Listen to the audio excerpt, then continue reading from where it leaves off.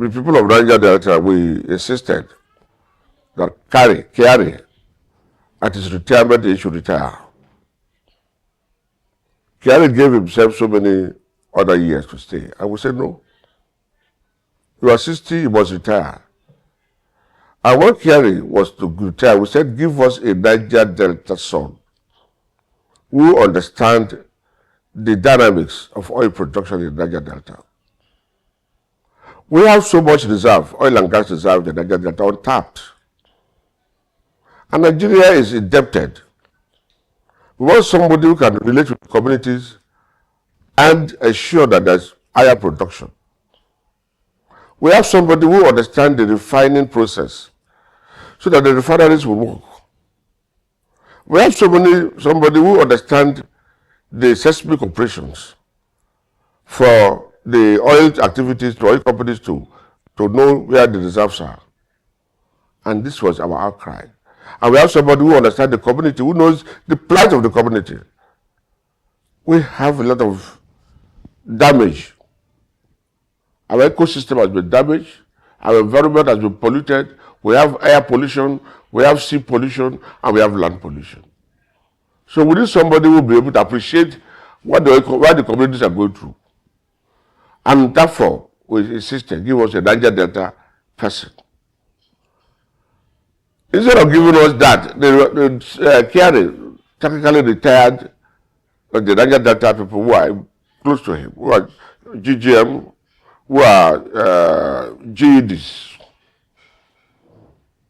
And today, you brought somebody, Bayo, who said is from Kogi and is schooled in Kaduna. So he's giving back to the north.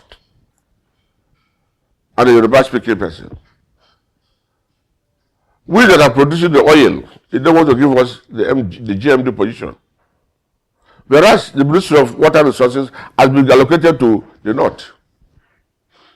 Ministry of Agriculture has been allocated to the north. And we are saying give us GMD. They don't give us GMD. Just a few days ago, Bayo was pleading to the north. He did not talk about the Niger Delta. We have not seen his plan. He's retiring people. Even the Niger Delta people that are supposed to climb to that level, he's retiring them. And you expect us to be happy as Niger Delta? If you think Clark is dead, Clark is not dead. The spirit of Clark is still moving. And the Niger Delta people will resist them. You are producing oil. You don't employ our sons. Our sons who are graduates, PhD, masters in petroleum, you are not employing them. You are going to employ people who are fresh school leavers and put them in NNPCL as managers. Is that the kind of country we want to run? We don't want that. And Bayo should be careful because the Niger Delta will fight him if he's not ready to develop Niger Delta. If he's not ready to discuss with us, he would see us. There will be no peace for him. You are appeasing North that does not produce oil. But you don't want to appease the South, the Niger Delta, where the oil damage is there, where the degradation is there. You haven't talked about that. Where we have the oil, you said you want to go and explore oil in the North. You have not finished exploring the oil here. We have enough reserve. You spend our money, Kyari came, spend all our money in the North, and yet we didn't see any oil. Now you want to start with that. That's what Bayo is trying to do. And retiring our aim, look at the refineries. All the good hands have retired. Who will manage the refinery? Are you going to sell the refinery to yourselves? Or what is your plan? Or you used to go and take more oil block for yourself? Bayo should not make the mistake of Kyari. The Niger Delta wants that position. It's our position. And if you're not giving it to us, then you must do something to appease us. And if Bayo did not appease the Niger Delta, the people of Niger Delta would not be happy with him. God in heaven would not be happy with him. With the oppressed people of Niger Delta, their sweat, their debt would be upon him. I will advise him to come down. Let him talk to Niger Delta. Let him come and see things for himself. Let him come and see the level of pollution. Oil production is going down. We need somebody who can be able to increase production. We need somebody who can be able to encourage the oil companies. Somebody who can get in the indigenous people. Our sons, a lot of our sons and daughters are graduates in petroleum engineering. And they have no job. And we are bringing somebody from nowhere who has not seen where the oil is produced, who has not seen even the crude oil with his eyes, as GMD. NNPC carry destroyed the NNPC. You're not bringing somebody who can be able to revamp an NNPC. You brought another person outside. That is not going to help an NNPC. That is not going to help the economy. That is not going to help the country. That will not help Niger Delta. So as the people of Niger Delta, we are ready to cooperate to get higher production, provided we are also taken care of. The goose that lay the golden egg, you cannot kill him until you still get golden egg. So the goose that lays the golden egg must be protected, must be preserved. And we appeal to Bayo that we are not afraid of him or anybody. He must come down and talk to us. We want to know what he will do for the Niger Delta. We have our sons and daughters who need employment. How will he create employment within the NNPC and all the oil companies? NNPC has 60% of all the oil companies. And so, what are we going to do? The era where the oil companies will just come, explore oil without developing the place is over. In the era where they will bring PIA and they'll just mastermind the PIA without paying their 3%, it's going to be over soon. And the 3% is not what we need for the PIA. Niger Delta is not dead and will not die. Clark has advised us to fight on, and we shall fight on until the Niger Delta is liberated. We will fight on until Niger Delta is liberated. The German is liberated. The Yoruba is liberated. The Soko man is liberated. The Ogonis are liberated. The Kweres, the Efik, the Calabas, the Obibibios, the Anang, all of them, until we are liberated. We will not give peace to Nigeria. So we will appeal to him to come. Let's work together in the interest of Niger Delta and Nigeria. But if you are talking about Nigeria interest of Niger Delta, we will not agree. Because we are suffering the brunt of oil production. In as much as we want the oil production to increase, we must also know what we are benefiting. Industries like now, they have shut down River State. Things are not working. Is that the kind of government we want to run? River State should run and compete with Lagos. It's good for the Nigerian economy. Delta State should run and compete with Lagos. It's good for the economy. Bayelsa should run and compete with Lagos. It's good for the economy. Akwa Ibom should run. The same thing with Cross River and Edo. We should also compete with Lagos. Ondo should compete with Lagos.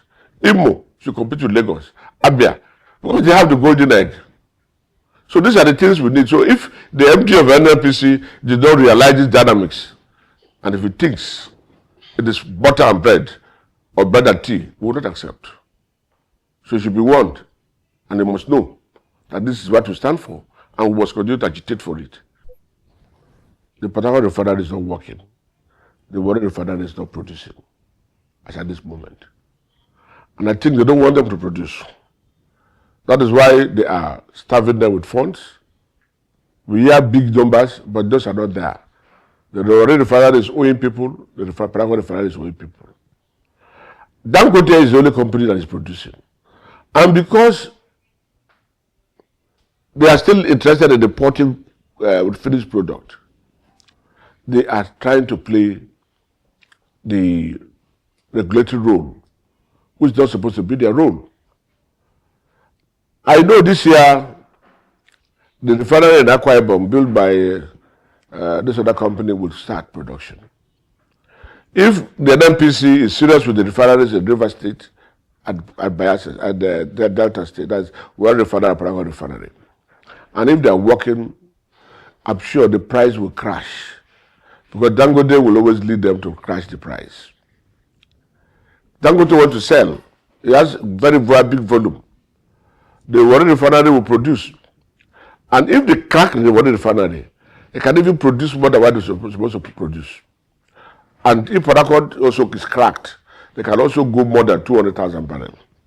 If we have all this fuel, the price will come down and we'll be forced to export petroleum products across, not crude oil.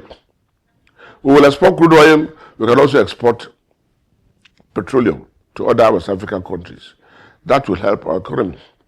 So that is why we are looking at somebody, a career person, to head the NNPC. Somebody who knows how to get this is done. Somebody who is to upstream, somebody who has been to downstream, will be able to manage, or midstream, will be able to put things together and ensure that the oil production flows without any problem. And the refineries are also working. The gas process is going on well. Nigeria will be rich in gas, Nigeria will be rich in oil. We have the highest gas reserve in West Africa. And we have not tapped them. We have a lot of gas reserve, billions of cubic feet of gas, untapped. We need GMD, who can bring everything together to make sure we produce. Even if we are producing gas, we are selling gas. In the next 100 years, we can be selling gas. Crude oil we have, if we are selling 5,000, 10,000 barrels, we cannot finish our oil in the next 100 years. So we want somebody who can really put things together and ensure that we have this oil and export them peacefully. The oil companies are also developing as the oil companies are developing as the oil companies are developing. That is the kind of leadership we need in the NNPC. So what is going on now, the price will crash, but there's competition. But where there's no competition, the price will not crash. They will continue to manipulate it. NNPC still fixing NNPC is still importing. And so they are still regulating. But Dangote is crashing its price. And any time Dangote crashes price, they also crash their price. We're talking about competition. When there's competition, there will be price, but the price more will come. And everybody will come down. So gradually, as this other company owned by this other, what do you call this other man, who works with, who is competing with Dangote, when there is building a refinery in Akwa-Ibom, NNPC will be out. If they cannot fix the refinery, they will have nothing to do with petroleum product. And if the refineries are producing enough, I don't see how government will not be importing. Because when you are exporting our crude oil to bring imported refined product, we are losing a lot. The wax that is coming out of crude oil, we don't see it. The low fuel that is coming, we don't see. The high fuel oil that is coming with the crude oil, we don't see. The other component that comes out, we don't see. But if it is produced here, we will see a lot of these things. All right, the lubricants will also be produced here, and the price will still come down because cost of production will be low. The more the cost of production is low, so the price will fall. And because there's competition, they can bring down the price and everybody will enjoy. So the NPC should think of how to develop the refineries. Think of how we can manage all the things that are within the refineries so that we can make more money for the country and reduce the price of petroleum. Because the cost of petroleum affects the entire economy. It affects the transportation system, affects production, affects everything. Diesel price is unreachable. Diesel is just coming down gradually. But when we have enough production and they are not selling, you will be willing to reduce your price so that people will buy and for you to produce more.